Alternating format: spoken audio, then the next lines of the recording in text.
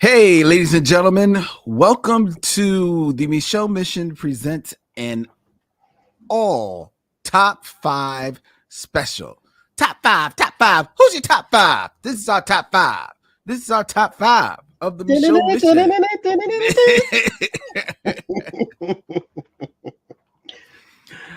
My name is Len, aka the Bat Tribble, and tonight I am joined by the Show Mission co-producer, who I will allow to introduce himself to all of you missionaries out there. What's up, missionaries? This is Moe Poplar. I guess I do have a triple designation. My designation was what? Paul Robeson Tribble. Paul Robeson Tribble. This was because he's deep and he gets around. Amen. Amen. I'm curious about that because I've found that when old guests of mine from back in my Black Tribbles days come on to like the Michelle Mission, or they come on to other shows that I do, I find that they always give their triple designation, and like they don't have to. Like, I just do it because I've kind of become known as Bat Tribble. People call me Bats or Len, or some people still call me by my old rap name, Cruz, and stuff like that. But people seem to fall into their triple designation. It doesn't, even though, you know, the Black Tribbles ended 2 years ago, does it still mean something to you like that, Mo? Well, first and foremost, this is your house. And when you came in, you took off your shoes, so I took off my shoes. You gave your triple designation, so I gave my triple designation. I got and if you had given your rap name, I would have given my rap name. What's your rap name? What's your rap name? See, if I gave a rap name, then you would expect me to rap, and then we would all be embarrassed. I gave my rap name, and I haven't said one rhyme on the Michelle Mission, and I doubt that I ever will. Nobody wants to hear that old smoke. Right. My rap name was Master Mo, in as much as I rapped. Master Mo? Yeah. Wow. Back when people went and got T-shirts with the old English letters on the back. That's what my so you had Master Mo on the back of yours? I did. Was it a black T-shirt or a white T-shirt? It was black with felt letters. Come on now. Black with the felt. There you go. Was the felt white or red? Was it red? Oh, the felt was white. It was white. Some people got white and red, but that's true. That cost extra. That did. And my mama only gave me so much money to be frivolous. So nice. Yeah, that was me. I was at a thing the other day, and I saw a child do a jump down on the floor and do the centipede, and my back suddenly hurt because there was a time I did that, and then there was a time many years after that I tried to show off that I could, and I should have stopped while I was ahead. You should have stayed in your cocoon. Yeah. At this age, I do better being dignified and graceful and telling stories about what I did, and not try to show people. Yeah, not trying to relive the glory years. Oh, trust me, bruh. Oh, trust me. I might hear a fat beat, and I'll just let that beat ride. I won't do nothing with it. It's like Play at Your Own Risk comes on, and all of a sudden, like you are here going on your heels and toes, floating around the floor. So we're here, ladies and gentlemen. We're going to bring you a very special all top 5 edition of the Michelle Mission tonight. Vince could not be here. As you are watching this, Vincent and I are live at Bryn Mawr Film Institute here in Philadelphia for a screening of A Warm December. We were scheduled to try and bring you our review of A Warm December, but Vince like had a crazy mad busy weekend. And he was just on E, so he had to tap out, but fortunately Mo was here and said, yo, I'm down. I was like, yo, because I want to do a top 5 show. And he said, let's make it happen. So we are making it happen. And you know what Vincent would hate? What? A top 5 show. Oh, he hates. he barely deals with the top 5 list. He tolerates one top 5. Yes, a whole show he would not be down with at all. At all. So I appreciate Mo stepping in for this. For those who don't know, Moe Poplar, aka Maurice Poplar, longtime fan of my old show, The Black Tribbles, which is where we met and became friends, and now has gone on to become a co-producer here on the Michaud Mission, as well as a co-producer on our new podcast, The Class of 1989, our new documentary podcast series that you can find on all of your favorite podcast directories. Is up there right now. New episodes start on March 6th. So go and subscribe and follow The Class of 1989 so that you do not miss one episode of that cool series where we are looking at 6 films from that year that changed an industry and a culture forever. What's a documentary podcast, man? Documentary podcast, Mo, is one where Vince and I sit down with a number of industry talking heads and discuss their views on these films. It's kind of like a nice little lesson plan on these great films. And we sit down with noted film critic Tim Cogshell. We sit down with a noted cinematographer, Michelle Crenshaw. What? We sit down with Maori Holmes of the Black Star Film Festival. We also sit down with the legendary and iconic actor, producer, director, Bill Duke as well. It is a very cool series that we put together. Mo was very instrumental in working with Vince and I all of last year on The Class of 1989.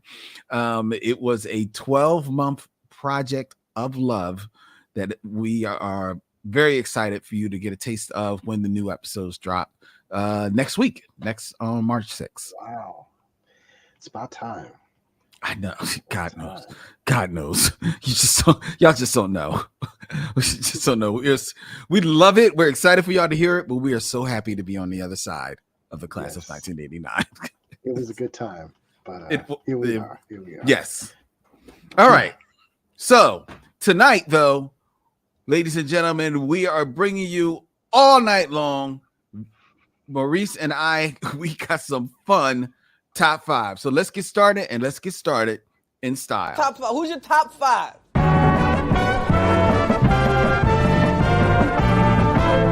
top 5 is. My top 5 is. My top 5 is. My top 5 is. Top 5. Who's your top 5? All right, Mo. You are our guest. So I'm going to let you go with your first top 5 list here on our all top 5 special. What you got for the people? This is my top 5 musicians I'd love to see direct a film. Oh, top 5 musicians you want to see direct. So they haven't directed a film yet. Correct. Okay. Yes, they have not directed a feature film yet. Okay. All right, cool. Number 5. Well, wait a minute. Why do you want to see the singers direct films? I have seen some musicians move from music to acting, and to sometimes greater or less effect. Very true. I have seen musicians move from in front of the mic to behind the mic and produce. Yes. And yes. I think sometimes, especially in the Black community, music is the first, it's the easiest step in a direction of trying to be creative. And Yeah. I'm from Oakland, California. It doesn't really take long for everybody to know that if they hang around me. And our native son, Boots Riley, started off as a rapper That's true. and came out with an amazing film, Sorry to Bother You.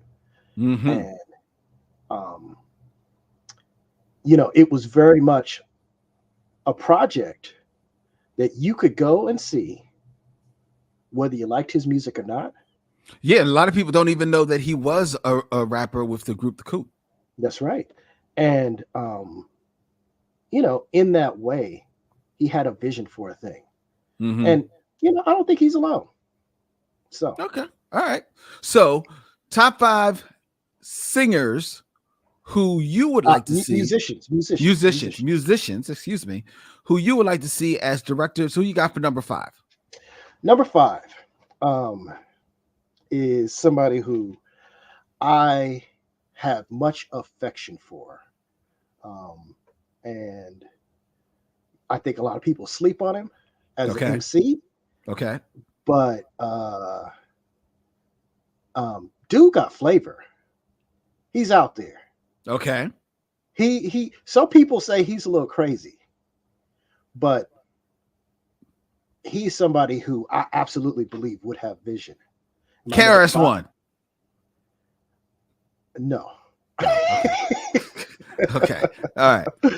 My number 5 is CeeLo Green. CeeLo Green. Okay.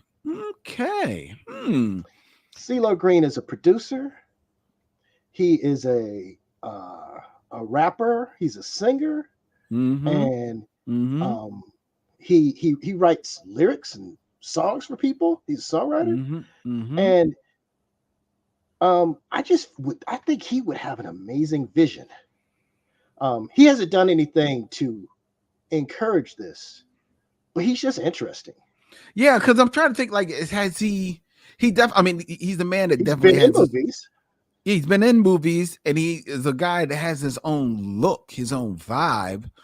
But I'm trying to think. I don't like. I've never seen him do anything like super visual before. But that's interesting. It'd be interesting to see his eye. Okay, all right, Yeah. I'm with that. CeeLo. All right, who's next? My number 4 is from right down the street from CeeLo. Somebody who I think might have. He might be on some people's list already. Okay. He's a MC who I would venture to say would put his back into showing us something that we weren't expecting. And it would be interesting if we liked it or not. Okay. And that's Andre 3000. Andre 3000. I figured you were going to go with Andre. Definitely an eclectic brother, a brother who moves to the rhythm that plays alone solely in his head. I think he got bored with rap music, and I can almost appreciate that. Seeing some of the places rap music has been the last 20 years. He got into acting, and I think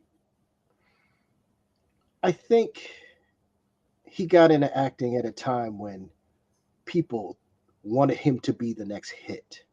And the stakes were high, and I don't know that he necessarily delivered. No, I would say that he did not. But I think he would study the craft and definitely come with something interesting. See, I hear whether you on, liked it or not. I hear you on that, but I would have thought the same thing with him as an actor, and I didn't think that he showed anything as an actor in the times that I've seen him. Right, so that's the only thing that would give me a little bit of pause from him as a director. I think that he might have an interesting eye. I could see him being a producer, putting the thing together. I just don't know if I see him being able to get behind the camera and pull together a cohesive story and get acting out of other people. I don't even know if he's from what I hear, The Hey Ya video Mm-hmm. was his vision. And Okay. and from what I hear, nobody actually had heard that song until the single dropped. Okay. And so I think, But is there a story in the Hey They Are video? like I said, it would be interesting. I'm not sure you would like it. Okay. All right. He might be pull a Boz Larman on me. So I can see that happening. Number Um, 3. my number 3 is maybe a little more obvious. Um, he's a person who has directed movies to great acclaim, but maybe not feature films. Um, he's somebody Okay. who I think would absolutely put together a killer team around him and scaffold him up to be able to succeed. Okay. And that would be Philly's native son, Academy Award winner, Questlove. Oh yeah. Yeah. Now I could definitely see Questlove directing uh a feature length film. Yeah. Yeah, that's a good one. That's a very good. I wouldn't be surprised if we don't see that shortly from the brother. In fact. Um, I heard he has another doc about Oakland hometown heroes, Sly Stone. Mm-hmm. Yeah. Yeah. I think that's the next documentary that's supposed to drop. But But he seems to have keys to Hollywood right now. So he does. I wouldn't be surprised if you wouldn't see him maybe, test the waters, get there behind the camera on a couple of, smaller sitcoms, do an episode or two just to see what's happening. I could definitely see him doing it. To be quite honest, I could see him and Tariq, Black mm-hmm, Thought, kind of mm-hmm, like being like a directing team almost, mm-hmm. I could definitely see that. Yeah, that's a good one. That's a good one. He would definitely put the right people around him, and he would definitely succeed. Yeah, no doubt. Absolutely no doubt. That's a good one. No brainer. My number 2 was kind of hard to come up with because I feel like this person falls into the same category as CeeLo and Andre. Okay. Um, and I thought about taking this person out because swag just dripping, Mm-hmm. vision just dripping, Mm-hmm. knows their way around a set, Okay. has hobnobbed with some of the best directors of our time. Okay.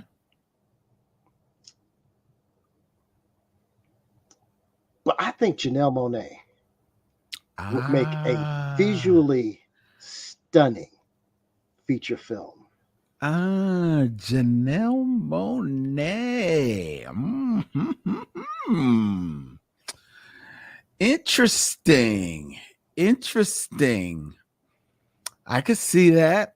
I actually could see her really growing as an actress as well. But Oh, absolutely. I think she has a lot of potential as an actress. And mm-hmm. this is not to say that she's been bad by any stretch of the imagination to date. I loved her in Hidden Figures. She is hysterical and awesome. And the latest, what is it? Crystal Glass, the Broken Glass, Glassbird, the one with Daniel Craig, where he's a detective. Knives Out. The Knives Out of but it's Glass Onion. Glass Onion. Glass Onion. There we go. Glass Onion. Yes. She's great in that. She's great in that. She does her thing in Moonlight. Mm-hmm. And yeah, I think she still has a lot of potential to grow. But low key, I see her sitting in the cuts, studying the game. Mm-hmm. And I think it's kind of any day now. Yeah, because I think she has some stories to tell. So that's a good one. Yeah. Yeah. All right. Before I give you number 1, I had 2 honorable mentions. 2 curios. Okay. And the first one I struggled with because he could absolutely be number 4 or 5 on this list. I'm just not sure. But 50 Cent been directing. No. And I would like to think there is something deeper to this brother. Mm. I just don't know if that's optimism. It's called deep pockets. That's what it is. No.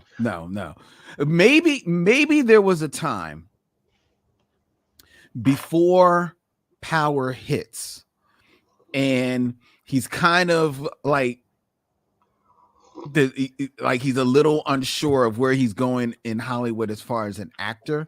Maybe there's a time then for him to get behind the camera and start directing. But because he goes into producing and he hits on producing, I think that's where he stays there. He's directed 4 episodes of television at this point. Okay. And But I think his strong suit is the producing. Okay. And Packaging it together. He has I think matured into a actor with who's better than some. He's not what he was. Better than some what? Actors. All right, what's the name of this film? He was in a film. Actually, I don't even know if the film came out. I might have just saw a screening with him and Forrest Whitaker and Robert De Niro. Did that film actually get released? I don't know. But so you're saying he's and like he had a season when he was just in these movies, and you could tell he was one of the financiers, and these movies revolved around him being the smartest person. And when I saw him in a film with Forrest Whitaker, he was outwitting Forrest Whitaker and Robert De Niro. And he didn't have an A game to bring acting wise. I was like, okay, this is very self-indulgent. Okay. But I hear that was more than 10 years ago. And I hear he's gotten much better. Well, I would hope so. He's had more opportunities to act. So I would expect him to grow as an actor. But when no matter how far he has grown as an actor, we're coming out of the NAACP awards where Method Man just won an outstanding acting award. And I'm going to let you know right now, Method Man earned his award. Method Man has turned himself actually into a very good nuanced actor. I agree. And I don't think he has had as many bites at the apple as 50 Cent has had. So, like I said, honorable mention. I won't be surprised if everybody else is surprised that 50 Cent directs a good film. Okay. And you said you had another curio. My other curio, I know you're going to disagree with. It is absolutely fantasy casting. Okay. But I think the talented, truly, undeniably talented at everything he did, Tupac Shakur, could have grown into a pretty powerful director. Oh, interesting. I wonder if he would have wanted to direct. Oh, he wanted to do everything. Okay. All right. I think the only thing we saw, the closest thing we saw to him directing was a X-rated music video for "How Do You Want It," back starring Jodeci. Starring Jodeci, and it was very much it was very much to be expected from a young man with money to spend to shoot his music video. But I've never seen the uncut video. I don't know that you need to. I'm not trying to. It's X-rated, and it ain't even fun. So is it really X-rated? Because they used to say that Tip Drill was X-rated, and Tip Drill is not X-rated. I don't know if I saw Tip Drill. But that's that it. was that was who's tip drill is what you call it? Not Nas. What's the Southern boy? No, You Luda. know, not Luda. You know exactly who it is. The boy. Let's take off all your clothes. Oh, Nelly. Nelly. Oh, okay. I knew it was an N. I couldn't bring it up. But anyway, all right. So Tupac. That's interesting. Yeah. Okay. I think he grew into a very solid actor before his passing, and he seemed to very much be blown by the winds of whatever was around him, whether or Mm. not he was going to be political or raunchy and ratchet. And yeah, he seemed to be serious on a film set. I Okay. think it was just a matter of time that was cut too short. Okay. But my number one Who's your number musician, I'd love to see direct film, one? and I know I'm going to get no argument out of you, is Donald Glover. Oh, I mean, come on, dude. That's not, I don't even think that's a fair one to have at number one, because while he is a musician, he was an actor first. Like that was his world first, man. So that's a no-brainer that But he's him going to. being an actor and or a musician, okay, he's won awards doing both. I don't think necessarily guarantee or promise, the vision that we saw in Atlanta. Okay, I mean, fair enough, but I mean, I'm not looking for Ice Cube or Ice T or LL Cool J to direct anything, and I think they're all three accomplished in the acting and musical space. and they've all directed. They've all directed. Mm-hmm. I'm still not checking for it. Yeah, still not checking for their film. No. But yeah, it's a no-brainer. Donald Glover, I'm sure that's his next move, is a feature film.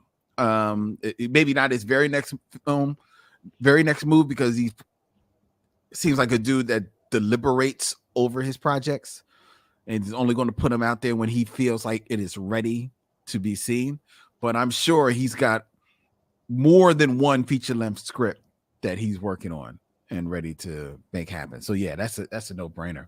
That's a good one. That's a good list. That's a very good list. When you told me that was going to be your list, I was thinking about it myself. Like and I was curious to see whether or not you would pull these people. Two names came to my mind that I think would make good directors. And you almost said one with Janelle Monáe, but if not Janelle, I think the next step in the next couple of years for her career will be directing is Jill Scott. I think she's a good storyteller in her music. And I think that she definitely would surround herself with the know-how and the people to execute a very strong feature film debut. So I would be interested in seeing Jill Scott take on those reins. And then the other one who I think would be pretty interesting to see if they could take their storytelling and actually blend it into a feature film along the lines of Andre 3000 would be Raphael Sadiq. Another Oakland brother. Yeah. I would love to see. Listen, I'm in the bag for anything he does. Mm-hmm. Yeah. Jill Scott is a lot more curious and intriguing to me. Okay. Just because as a musician, I have loved her choices. Yeah. As an actress, I am still in love with Ladies Number One Detective Agency. I know. And, that's one of the first of the HBO black-led series that only got tragically one season. Right. So, yeah, I will listen. Give Raphael a camera. He has access to anything he wants. Mm-hmm. I'm gonna see that too. But Jill Scott, wow. Okay. All right, cool.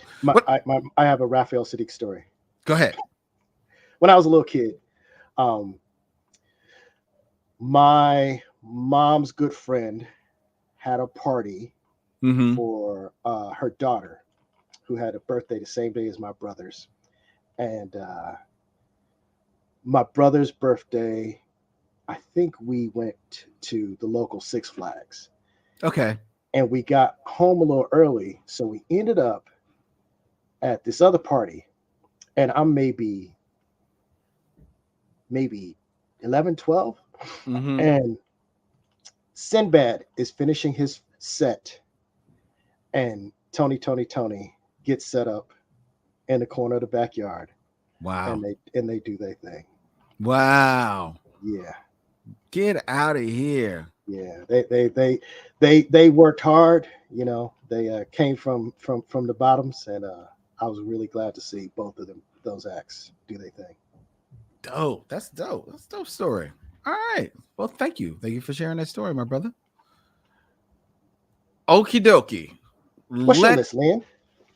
I will give you my first list. And let's see. Do I want to go controversial? Or do I want to go silly? Where do I want to go? I don't know. Well, I'll say the controversy for the end. So I will go. This is for my homie Randy, aka Arson, the voice of reason. Arson, the voice of reason of the bluegrass hip hop band. Grass. Yes, sir. And Super Triple of Black Triple's fame. This is the top 5 black supermen. Now, what this is that apparently at one time, according to Randy, and I think the internet may support him on this. I love the doubt in your voice because I'm not sure, and I didn't feel the need to necessarily look it up because what I understand it's not going to happen. But at one time, there was going to be an adaptation of a black actual Superman from DC Comics in their whole multiverse scheme that was going to star Michael B. Jordan. Right. That was actually going to be developed into a feature film. And it doesn't look like that's going to happen. And it's a shame. And it's a project that Randy, who is a huge Superman fan, I don't know a bigger Superman fan than Randy, physically or actually. He was greatly looking forward to it. And I would have been there for it because I'm contractually obligated to watch these type of things. But I would have never actually cast Michael B. Jordan, his physique notwithstanding, as a black Superman. I just didn't see it. So these are the actors that I would see and I would cast as my black Superman. Okay. And I'm going to start with number one. And this is going to be controversial. Okay. Because I'm dipping into the world of sitcoms for my number one, much in the way that Warner Brothers years ago historically dipped into the world of comedy films for Michael Keaton and made him everybody's Batman in that magical year of 1989. I am going into the world of sitcoms. You first met him and grew to love him in Everyone Hates Chris. Now he's stole your heart a little bit in The Walking Dead before taking hold of your heart, everyone, in Abbott's Elementary. And that is Tyler James Williams, who I could see definitely has to bulk himself up a little bit, but probably would look forward to that opportunity to show the world that he has the demeanor, the gravitas, as well as the chops to pull off being a black Superman in a feature film. See, I absolutely would have never picked him. But he has a level of charm and charisma that definitely take me back to 1980. Yes. And Yes. Christopher Reeve. Christopher Reeves, another person who had to bulk himself up for the role. But did he? Okay, well, he didn't have to bulk himself up by 2023 standards. Right. By those standards, he bulked up. But I could see if Tyler James was Superman, the internet would go crazy and hate it. Dude. But I think we might get a good Superman. I absolutely think. First of all, let's be honest. Let's be honest. Anybody on this list, the internet's going to hate. All right, they wouldn't have been there for Michael B. Jordan as Superman. But you know, you just got to go in knowing that. Okay, so but he's my number 5 pick. Okay, my number 4 pick is another name that we've fallen in love with recently, and this guy, he definitely has the chops. He definitely has the charm. He's played a good guy. He's shown that he can play a bit of a complicated good guy, and has also shown that he can play a romantic lead when need be. And that is John David Washington, the son of one Denzel Washington. Because the world needs, if we're going to get a black Superman, let's make him black. I no argument there. I like Tyler James better, but you know, this is your list. This is your list. Fine. That's fine. This is your list. That's fine. I can ride with that. I can ride with that. All right. Now, where we at? Number three. Black America has fallen in love with this person as a complicated role where he's been a good guy, he's been a bad guy, he's got the physique, he's dark, he's young enough, and he's proven his chops on television and is now ready to make his move into the silver screen. And why not do it in one of the hugest roles ever of Superman? I think he's got a bigger role right now, but continue. You don't even know who I'm going to. You don't even know who I'm doing. You don't even know who it is. I guarantee you don't know who it is. Okay. Bring it. I guarantee you don't know who it is. Bring it. This is, and he's one of Vincent's favorite. Vince might actually co-sign on this. And that is, and I hope I'm saying his name correctly, Kofi Siriboe from Queen Sugar. I would like to see him as Superman. He would fill out the suit. Can't say the man won't fill out the suit. Okay. Has he put on weight? I feel like last time I saw him, he was quite thin. No, I mean he was playing a type of Superman in Girl Trip, wasn't he? He was. I forgot about him in Girl Trip. You're right. I forgot about him in Girl Trip. He might already be Superman in some people's eyes. That's correct. That is correct. Okay. That is correct. So again, I see a charm in Kofi Siriboe and Tyler James that I don't see in John David Washington. Fair enough. I think a young Denzel would have made an amazing Superman. See. I Mm, think I I don't haven't know. seen John David there. John David strikes me. Well, he comes off moody, but that's the roles he's been. I think that's the cards he's been dealt. Yeah, yeah, yeah. I get that. But he's not as moody. If you see the movie, what's the movie that he does with Zendaya on Netflix? Yeah, I haven't seen that, but He's not. I see it. He shows a He lot was a more little he was a there. little. I guess I saw him being a little cheeky, a little mischievous, and Black Klansman. Okay, Um, I did Malcolm and Marie. That's the Malcolm name of that Marie. Yeah, movie. yeah, yeah. Um, All right, but I think he could pull it off. but Look, I like Kofi as a choice. there you go. If you want to put John David as 4, and then we've got Tyler and Kofi, that's fine. I would love to see the internet light up if a Nigerian man was cast as Superman. that would tickle me to no end. Me too. Me too. All right, number 2. Number 2. And number 2, I think actually is maybe just a more mature Kofi.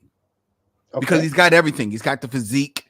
He's got I think he can exude the charm. He's played some roles where he's had to be a little bit one note, but I think he has shown the charm. Hey, he actually has shown the charm in a superhero film.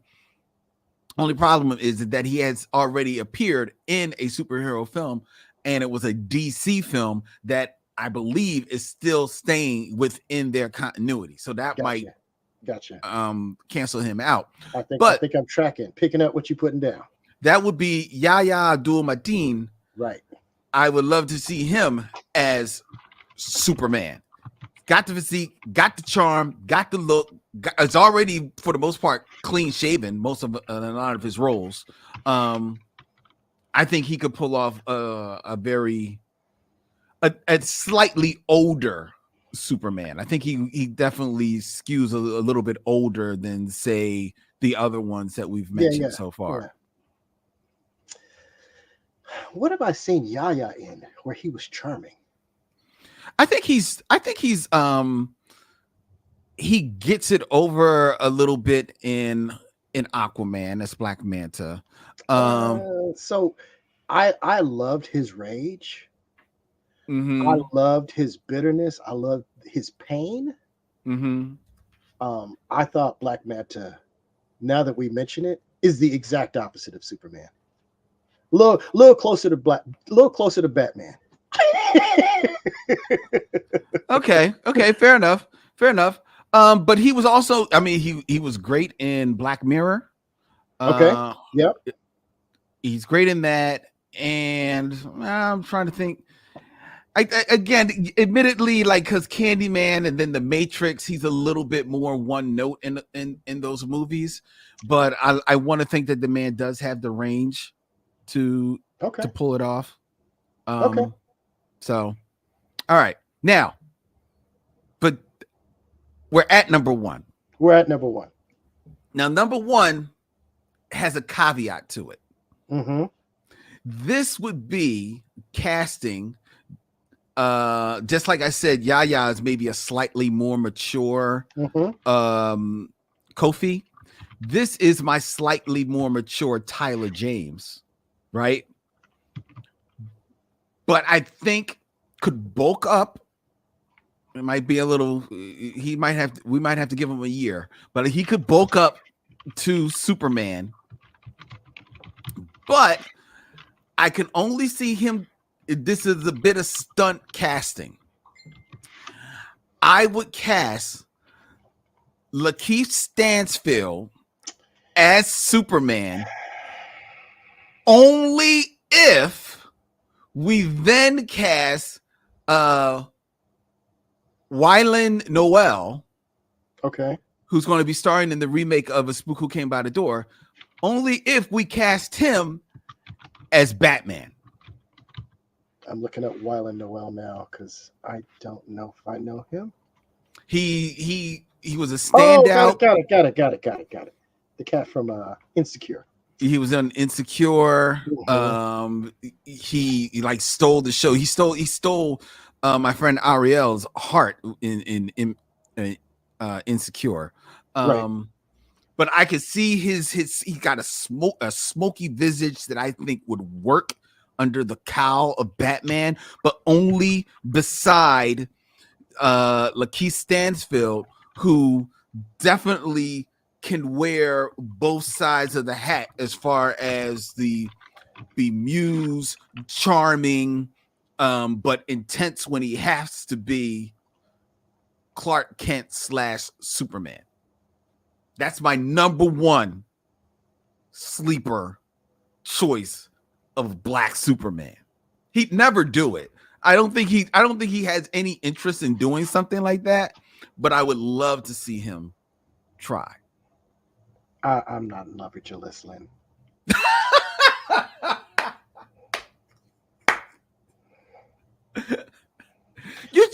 I'm not in love with your list. You co-signed with on two of them.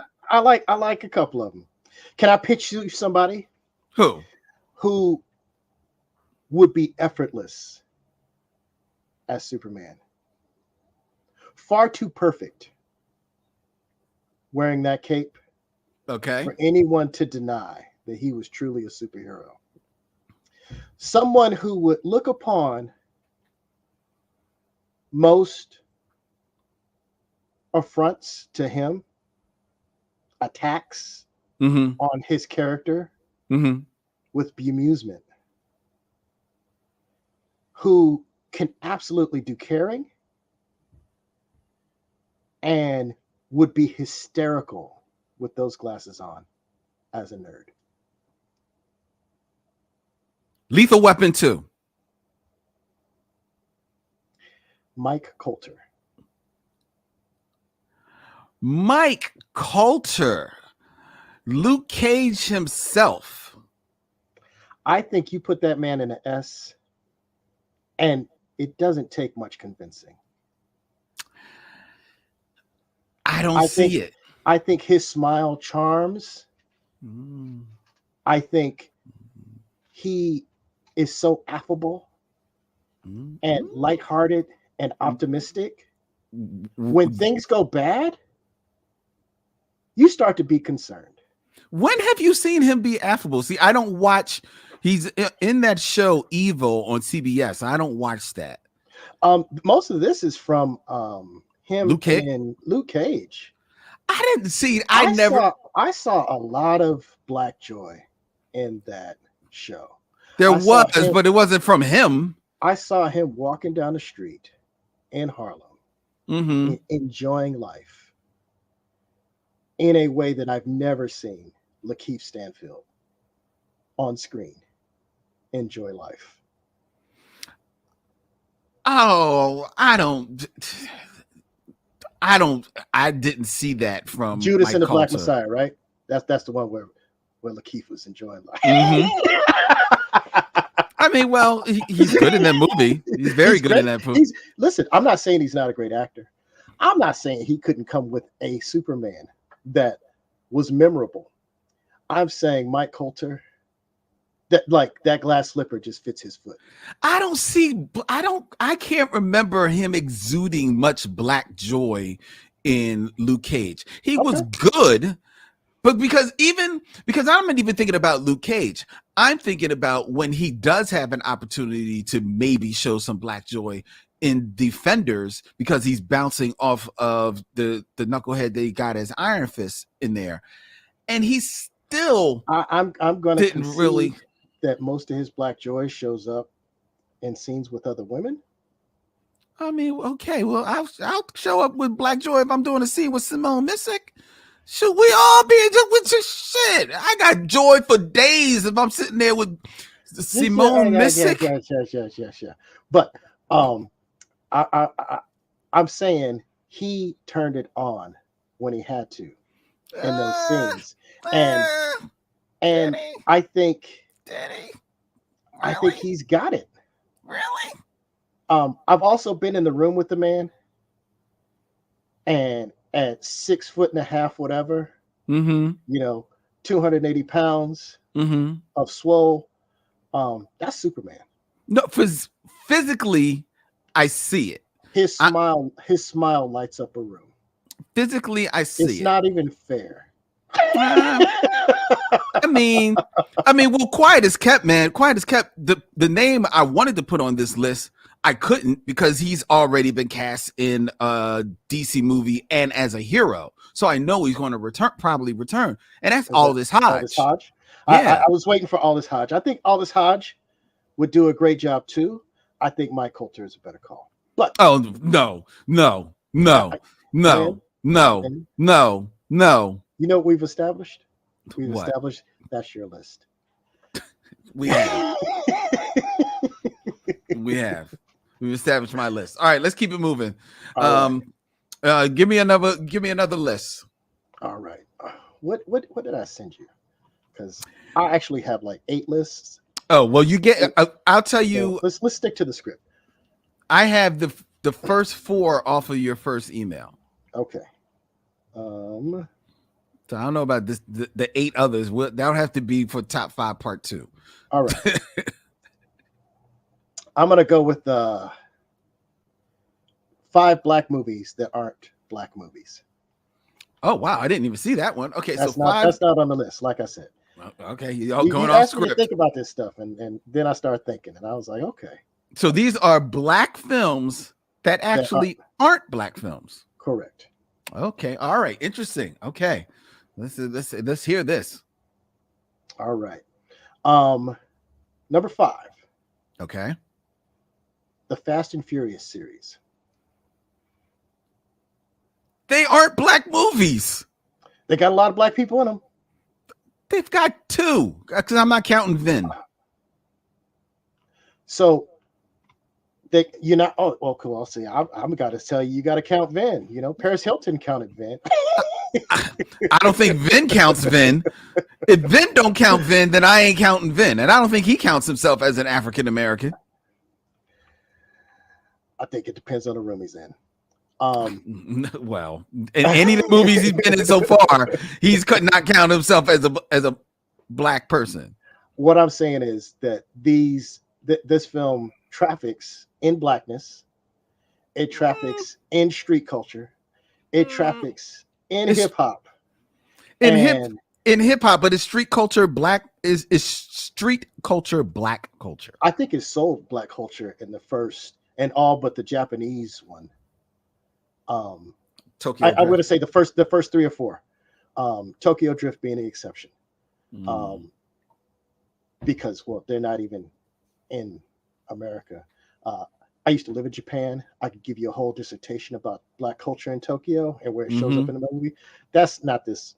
We're not doing that list. Okay. But all right. This is your black film that's not a black film. Well, you're right. It's not a black film. I think it's advertised as a black film. Really? Yeah. Oh, wow. Okay. That's interesting. It is. It's the cop and the crook get together and do a thing. That's how it starts. Yeah, that's the first Again, it's my number 5. Okay. So the Fast and Furious series is coded as black movies, but they're actually not black films. They're actually not black films. Okay. Number 4. Okay. The Blues Brothers. Okay. I grew up so confused by this film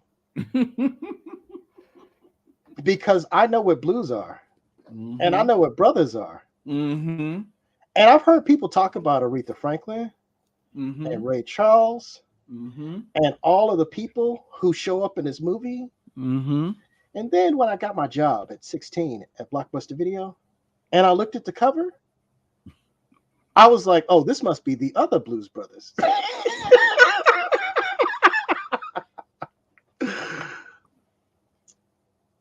That's a good one. John Belushi, Dan Aykroyd. Yeah. It's a film that is coded as black. But they ain't black. Not at all. Not at all. And to be fair, I don't think they're trying to be black in the movie. It's coded as black. I don't think they're trying to be black in the movie, but I think marketing and casting wise, they were doing a thing. Oh yeah. Oh no. They knew the music that they wanted to appropriate was black. They knew that. They weren't trying to cast themselves like, like come off like, we're brothers or anything like that. But yes, but they are definitely appropriating a culture, a sound, for the marketing and for their whole sound. That is the Blues Brothers trademark. Even after John Belushi dies and they come back with Blues Brothers 2000, whatever the stupid thing is with John Goodman. So yeah. Number 3. Okay. Black movie. That's not a black movie. Mm-hmm. The first Matrix movie. The first Matrix movie is a black, you believe is coded as a black film, but it is actually not a black movie. Explain. It's not a black movie. The Matrix movie, every black person I know who came out of the Matrix movie was confused. Because the Oracle was black. Okay. Morpheus was black. Most of the crew of the Nebuchadnezzar, except for Trinity, was something. They were of color. There was a lot of flavor going up in there. It was definitely yeah. And I think the thing that really stuck the landing was how white Mr. Smith was. He was literally the man. Yes. And I think there was a whole lot of dog whistling in that movie toward blackness. But it had nothing to do with blackness. That's a good one. I've never. I don't kneel at the altar of the Matrix like a lot of people do, except for its changing of special effects, which you can't deny. So after my 10th viewing, I stopped kneeling. Okay. Well, I never bent the knee, but that read of the Matrix is interesting because I don't know if I necessarily felt it so much in the first one, because even though Morpheus and the Oracle, the crew was so, multicultural for the most part as well, right? So I don't necessarily know if I felt it so much there, but in the second one, right, when Jada Pinkett and Harry Lennox, that's when I started thinking, like, is this a thing? Yeah, because then like everything hinges on this white guy, who I'm here for Keanu, but everything is hinging on him. And then, especially then when you come to the most recent, sequel, which I haven't seen. Okay, but it's the way I see, fool me once, shame on me. Fool me twice, shame on you. I hear you. You come out with a fourth fool, and I'm not gonna be the fool. I hear you. But then everything in the fourth one is, of course, revolves around Keanu. Right. But now it's Keanu and Trinity. So it's the black man, it's the white man and the white woman. I was like, I know you're trying to more. And they were really trying to just give more agency to Trinity and her her character in the fourth one, so I understand what they were doing with it. But if you're already looking at the first 3 movies through the lens that you've just seen, that then becomes a little bit, I see where you're going with that. All right, I'm with you with that. I'm with you. All right, that's good. That's a good one. Number 2, one of your favorite films, I would dare say of all time, featuring the ever venerable James Earl Jones, Soul Man.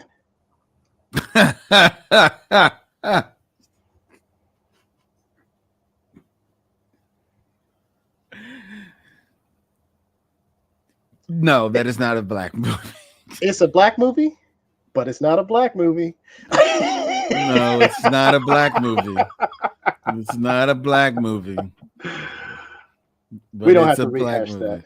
Please don't. Listeners, if you haven't heard it, you want to hear a great episode of the Michelle Mission, check out the Soul Man episode.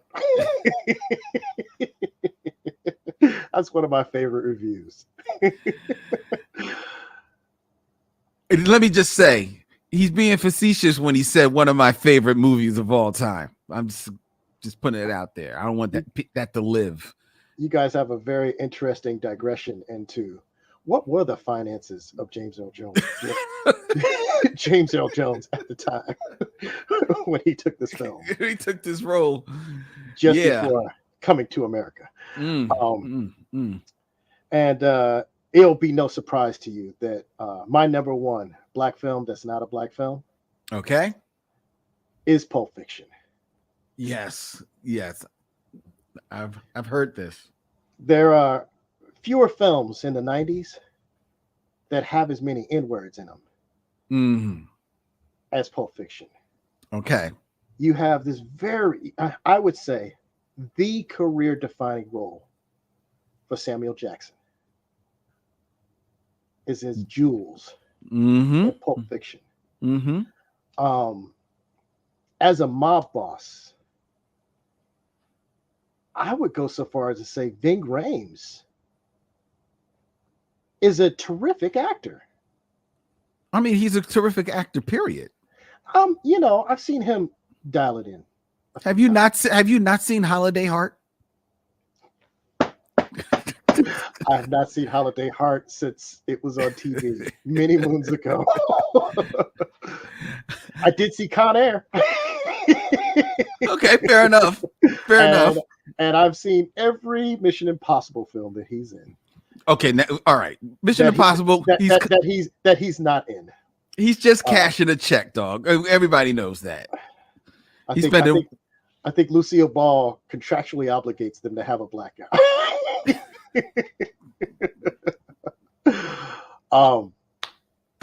That's a deep cut, Lucille Ball. I like where you're going there. See, this is why Moe's my co-producer, ladies and gentlemen. That's a deep cut.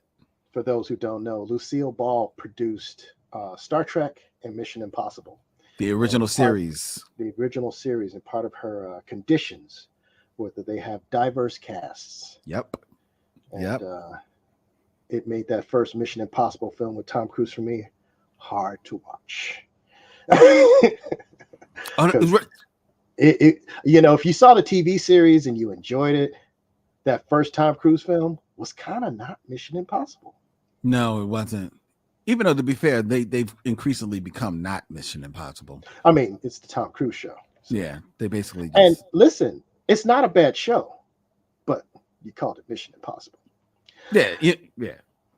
But Pulp Fiction is absolutely a film that is set in Los Angeles, in Inglewood, and in the Valley, where you have this black gang who is babysitting a wayward killer, Vincent Vega, who had to go spend a couple months, years, we don't know, right, in Europe till the town cooled down. Eating his Royale with cheese. And I think it's an interesting way to look at the film. And to me, Sam Jackson just shines so bright in that. As not a token black guy, but like a fully developed character who has a profound story arc. While Vincent Vega gets shot on the toilet. Yes, he does. But not before, sharing a dance with Uma Thurman.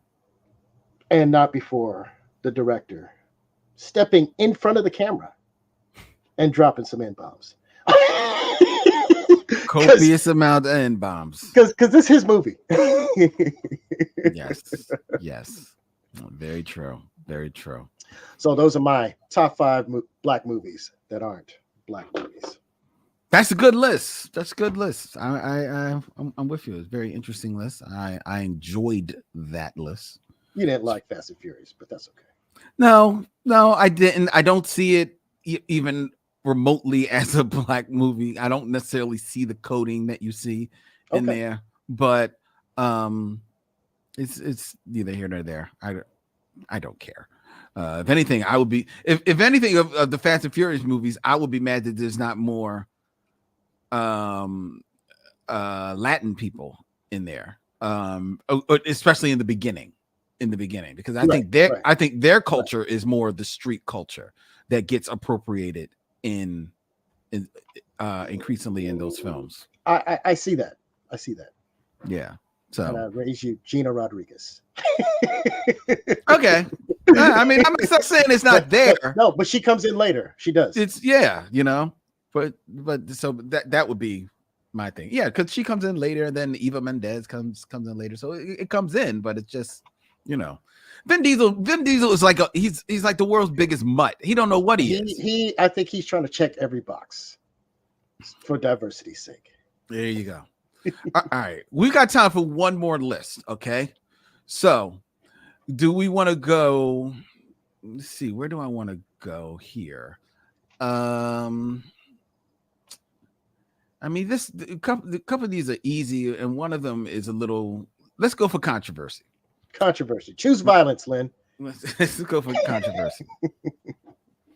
Because a lot of people have been up in arms about a list that has been going on around the internet as of late, talking about like the top MCs. Now, I'm not getting into a war of top MCs because I'm not. To me, MCs is like your mama's cooking, man. There ain't too many people who don't like their mama's cooking. That's very true. What you were raised on is probably what you like. Right. And even if you concede there's skills out there better than what you like is still familiar. Mm-hmm. I'm always going to cape for E40. He talked about where I was from. And, yeah, we can, whatever. I'm always going to cape for Heavy D. There you go. And I know he's not the greatest. I know he's not even close to greatest. He's not top 10. He's probably not top 20. But he was fun. He was fun. He'll always be a favorite in my heart. Listen, exactly. But what I will say, though, is that there is, to me, no debate on the top 5 hip hop groups. And I say this because, one, when you really think about it, as many hip hop groups as there have been over the 50 years of hip hop, how many of them have truly been long lasting enough within their career to say that they're even in the running to have had a viable stake as one of the best hip hop groups of all time, right? Because there's a lot of guys that after 2-3 albums, it starts petering out. They start breaking up. We call these relationships of convenience. Exactly. I want to rap, but they want a group. So let me go get my friend. Exactly. So, but I will say that there is, even in the midst, happens almost always in hip hop, there are 2 groups whose output in the world of hip hop was so game changing and monumental that despite what may have happened a little bit further down the line, they still reside at near the top of the top 5 hip hop groups of all time. Now I'm going to go from 5 to number 1, but honestly, to me, outside of number 1, you can argue with 5 and 4 their placement. Got you. Number 5 is the Beastie Boys.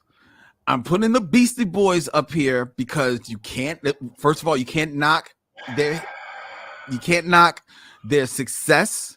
You can't knock their blending of genres. You can in hip hop being unapologetically who they are. They're not white guys trying to sound black when they rap. They are white guys doing their version of hip hop. They were creative in how they put together their music. They like them and Prince Paul kind of like just showed what sampling can be done. It's not just simply just bringing a piece of what you remember, but actually playing around with it and becoming musicians with that. And their two albums, I mean, License to Ill stayed on the charts for like almost 5 years, dude. It's like it's ridiculous how long that album was a hit. And admittedly, you know, the game has changed as far as albums now, but their place in hip hop, I think, is cemented. Their videos were game changing. What's their second album that you're claiming? The second album was what was the name of it? Is it Paul's Boutique? Yes, Paul's Boutique. Yes. Okay. Yes, which is ridiculous when you listen to it now, because it's like, oh my God, where are the tracks? Because it's bouncing all over the place. But it was so unique. It was so game changing. So I'm putting the Beastie Boys there, and admittedly, and I know Randy Arson is listening to this, I'm putting the Beastie Boys here. You could probably flip them back and forth between them, De La, and Tribe at the number 5 spot. But I settled on Beastie Boys. But if you wanted to put De La, you wanted to put Tribe, I wouldn't argue with you. All right. So my problem with the Beastie Boys. What's your problem with the Beastie Boys? What you got? What's They problem with the Beastie Boys? a seminal rap group. That is to say. Mm-hmm. They were one of those things that Russell Simmons and Rick Rubin were doing. Mm-hmm. And they were coming out of New York and they filled a void. And like, listen, License to Ill, certified classic. Mm-hmm. Their album before that, and most of their albums after that, I think it's a stretch to call them rap music, man.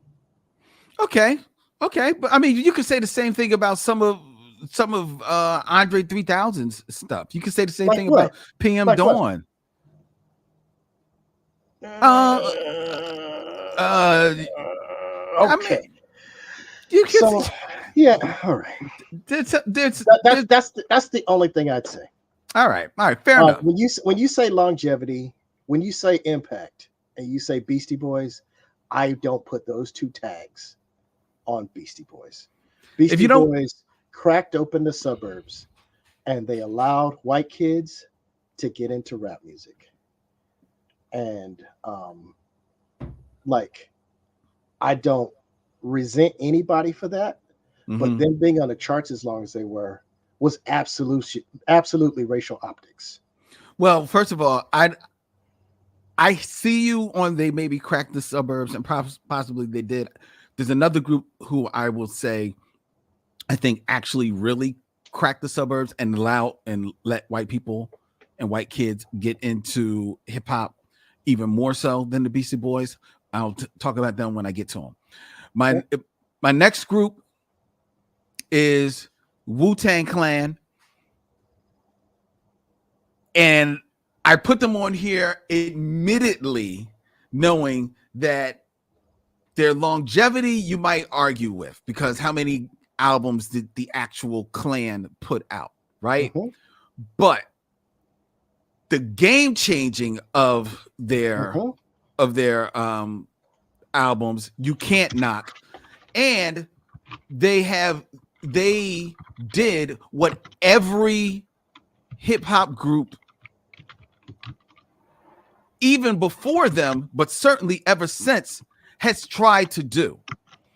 They came out as a group, and then almost immediately, not all of them, but most of them had successful solo projects and careers, and then came back together. Yeah, exactly.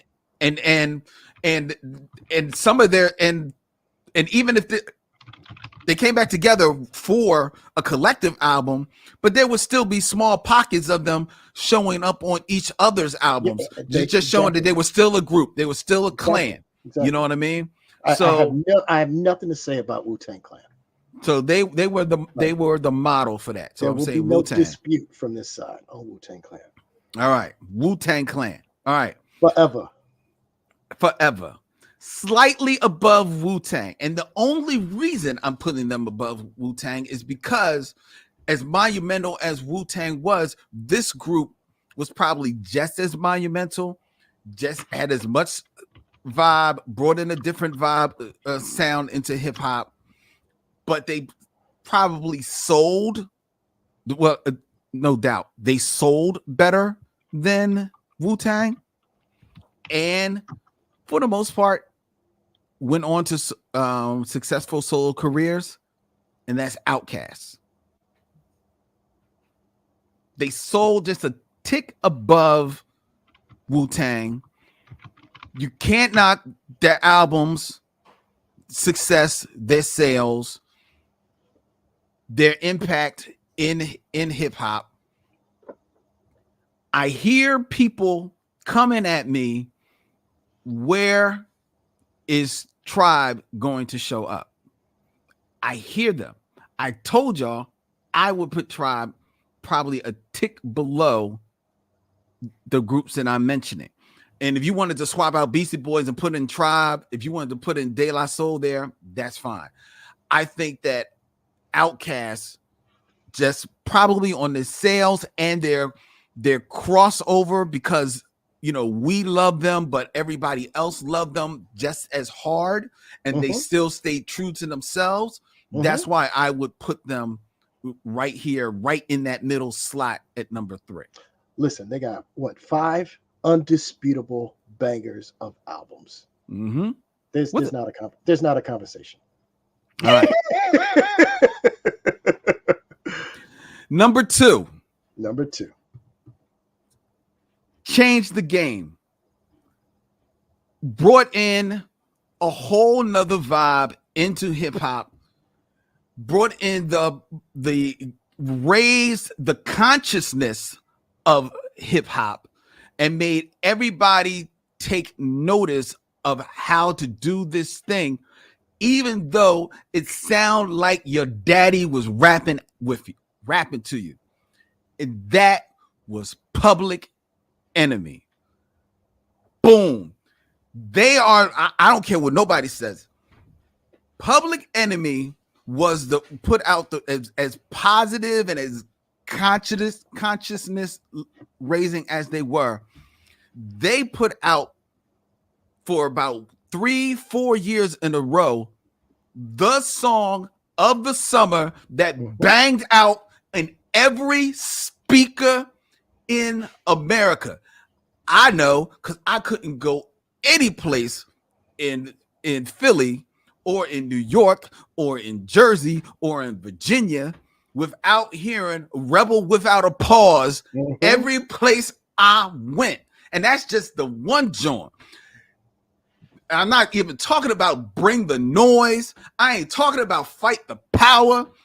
Public Enemy changed the game. Number 2. I purchased Public Enemy albums well into the early 2000s. Yes.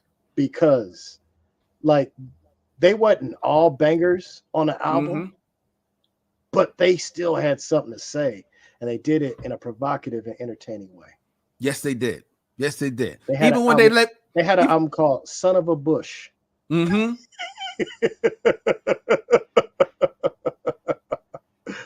I have nothing to say about Public Enemy. All right. And now, the number 1 hip hop group of all time With all due respect to Grandmaster Flash and the Furious Five, with all due respect to Houdini, with all due respect to any other hip hop group out there, with all due respect to all you other hip hop duos out there, there was no hip hop group that broke the mold, raised the game, and became the template for everything that followed, and cracked the suburbs when they mixed the rock, when they brought back Aerosmith, because Aerosmith had died for a little bit. People don't forget that. They brought back Aerosmith and taught everybody how to walk this way, and how at the 50th anniversary at the BET Awards, not both of them, but one of them in his 50s looked in better shape than anybody on the goddamn stage. And that was Run DMC and the late Jam Master Jay, the greatest hip hop group of all time. Fight me.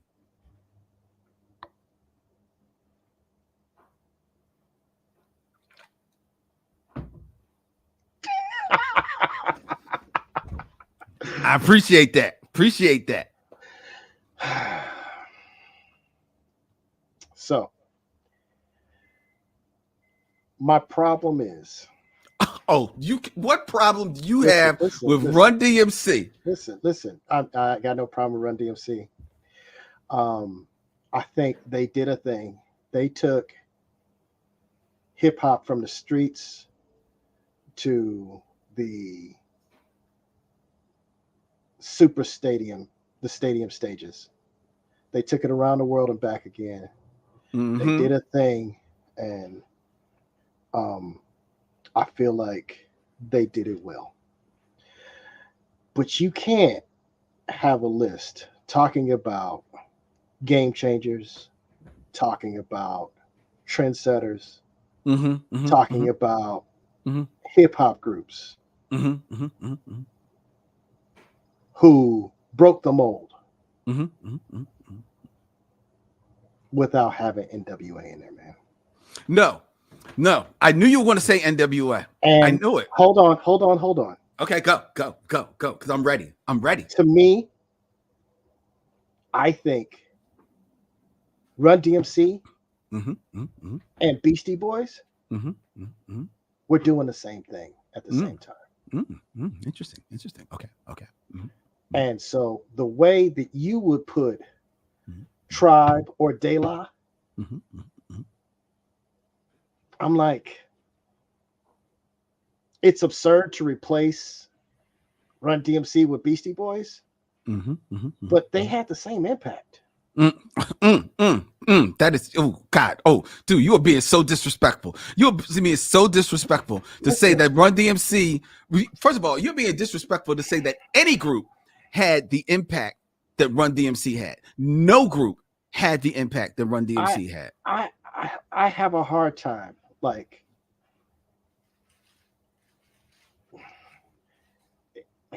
it's your list, man.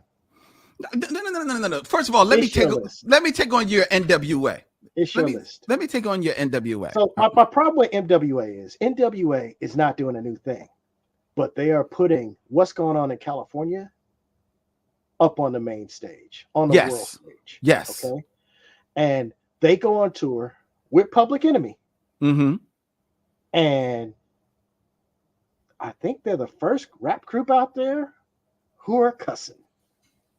Uncle Luke is going to come along a couple years later and get in trouble for cussing. But none of these rap groups are really, I mean, like, it's a big deal when Daryl says, I'm proud to be black, goddamn. You know, like, that's a big deal. And then NWA comes out and they say, we are reality rap. This is us reporting what we see from the street.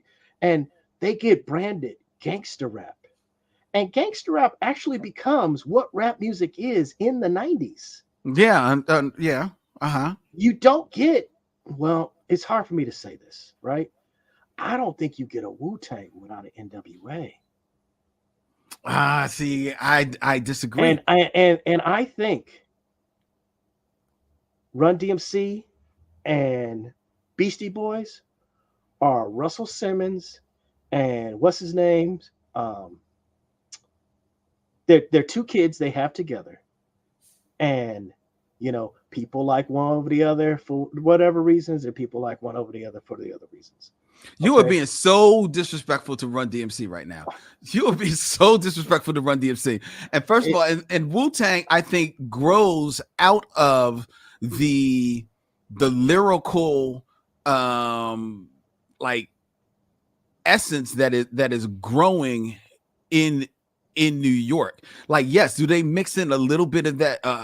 They got like a little bit of that grunge and a little bit of that, fuck you attitude that NWA put out there. Sure, Big Daddy Kane ain't cussing. Rakim ain't cussing. Yeah, but all of these people but those are the lyrical that is the lyrical dexterity that forms that get to Wu-Tang. That gets you to Wu-Tang. But you don't get to Wu-Tang without NWA coming on the scene and saying, like, here's a little something about a nigga like me. Never should have been let out the penitentiary. Like, nobody is saying that from the East Coast in 1988. I don't know, man. Who? I hear you. Nobody's saying that on the East Coast. Ed is fire, but he ain't saying nothing like that. No, Special Ed ain't saying nothing like that, and nobody. I will say that nobody on the East Coast is saying nothing like that because the East Coast is that's not necessarily their vibe. That's not their vibe. So it becomes their vibe in the 90s. Well, that's because unfortunately, that's music. Music chases because music chases what's hot.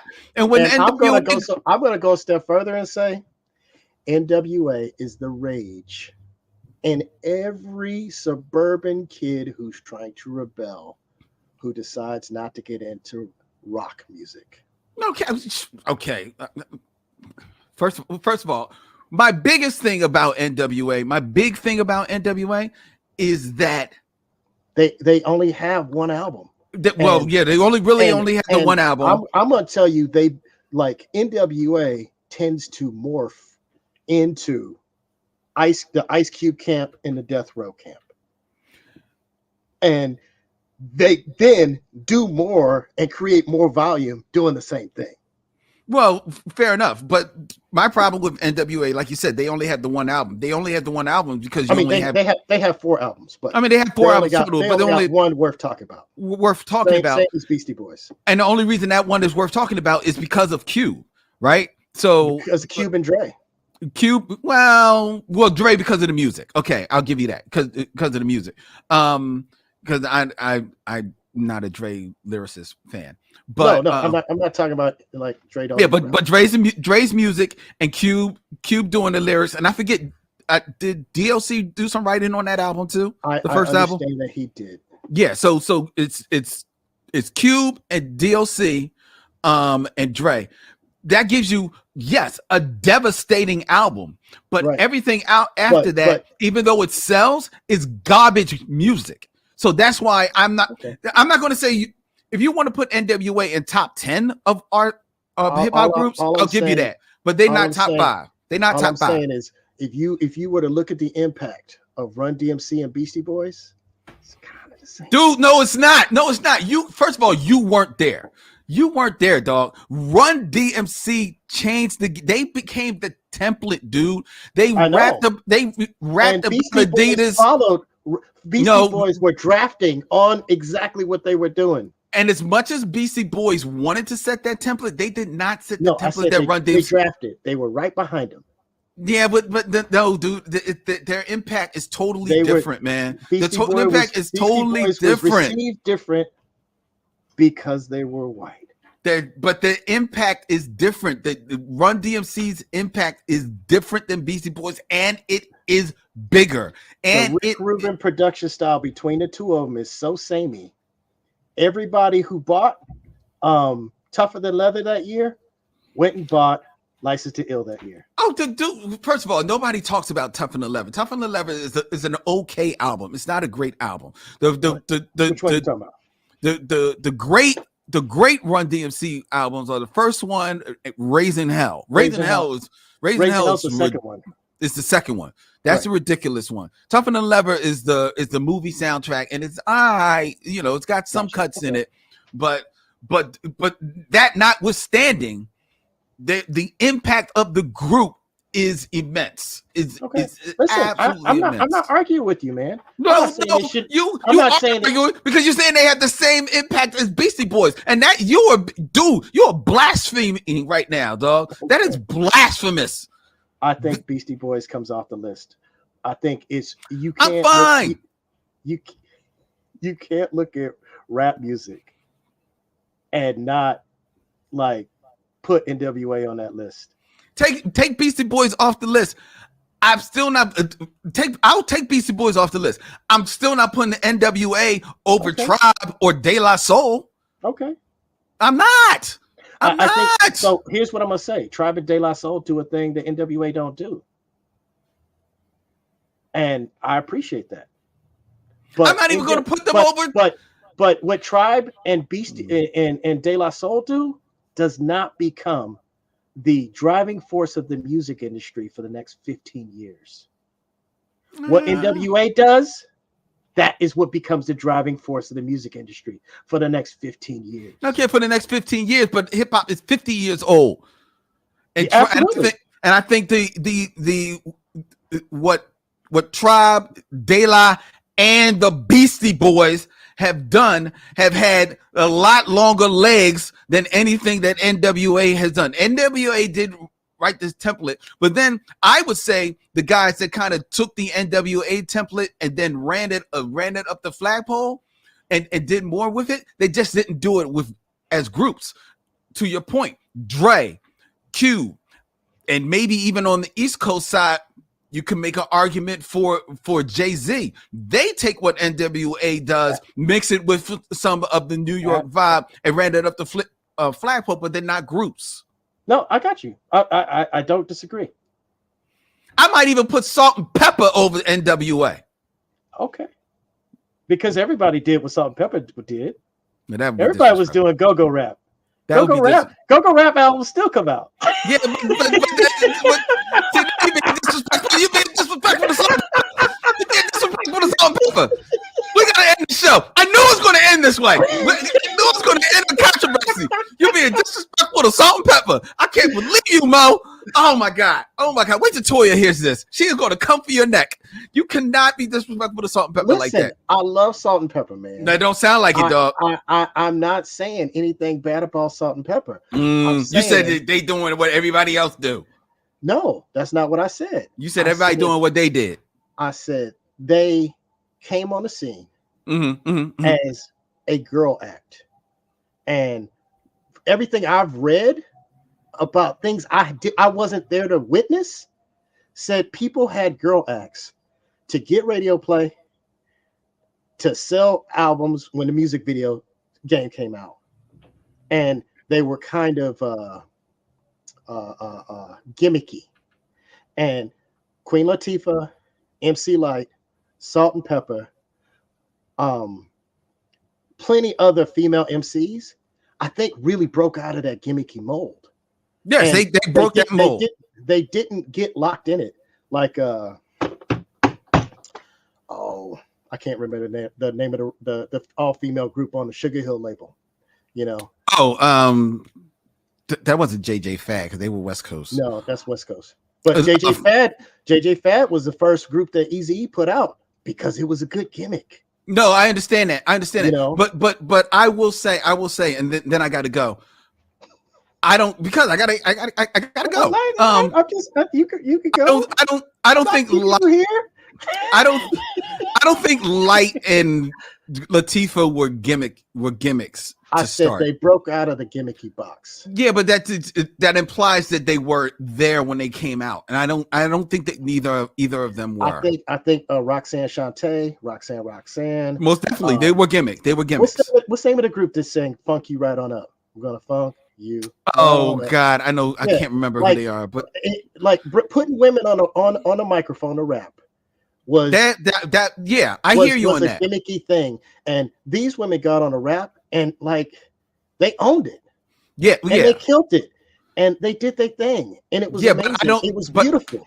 But I would don't venture to say that Queen Latifah wouldn't have said "Who you calling a bitch" if NWA hadn't been out there talking about bitches.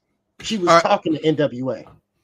Well, she was talking to more than just NWA. I gotta go because NWA had kind of opened the floodgates. I gotta go. Hey, I gotta go. You have now annoyed me. I gotta go. hey, Lynn, you're one of my top 5 podcast producers.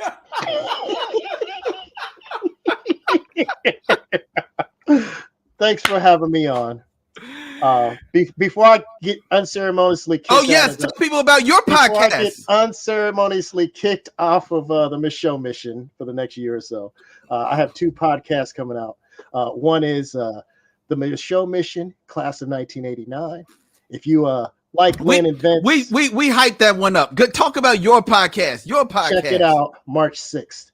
If you got little people around you who love to learn and or love adventures, check out my new podcast called Bun Amigos, BUNN Amigos, AMIGOS, and you can listen to 4 rabbits as they adventure around the world, visiting different cities every week and learning about the world.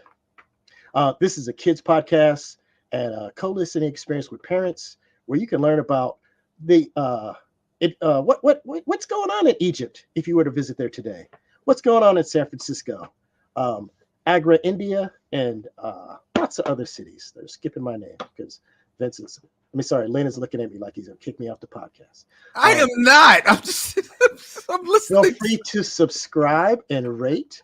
The podcast actually launches, I think, today, because this is going out February 28th. And I would love your support, missionaries. Thank you so much. Bun Amigos, ladies and gentlemen. BUNNAMIGOS. Bun Amigos. Look for it where you find podcasts. All right, Mo. All right, I can't wait. Thanks for having me, Lynn. Go get some water and breathe, okay? I can't wait for the letters on this one. Oh, God. All right, ladies and gentlemen. Next week, we'll be in our new studio. The Michelle Mission will be in our new studio in Manny Young Studios as we will bring you our review of 2022's The Woman King. The Woman King. Next week here on the Michelle Mission, which is a podcast that you can find any place that you find podcasts. 2 Men, 1 podcast, every black film ever made. Go to michellemission.com, hit swag to check out all the cool designs that we have available for your liking and buying pleasure. Like and follow us on all the social medias at Michelle Mission. Subscribe on YouTube to our show at Michelle Mission, MICHEAUXMISSION. Send your emails. I know you've got them coming to michellemission@gmail.com. Or if you're too passionate to email, I think there's a voicemail number, isn't it? There is indeed a voicemail. You can also leave us a voicemail, ladies and gentlemen, 215-867-9666, and tell Vincent, Len, and Mo where we went wrong with our top 5 lists. All right. They're going to be so happy to have Vincent back next week.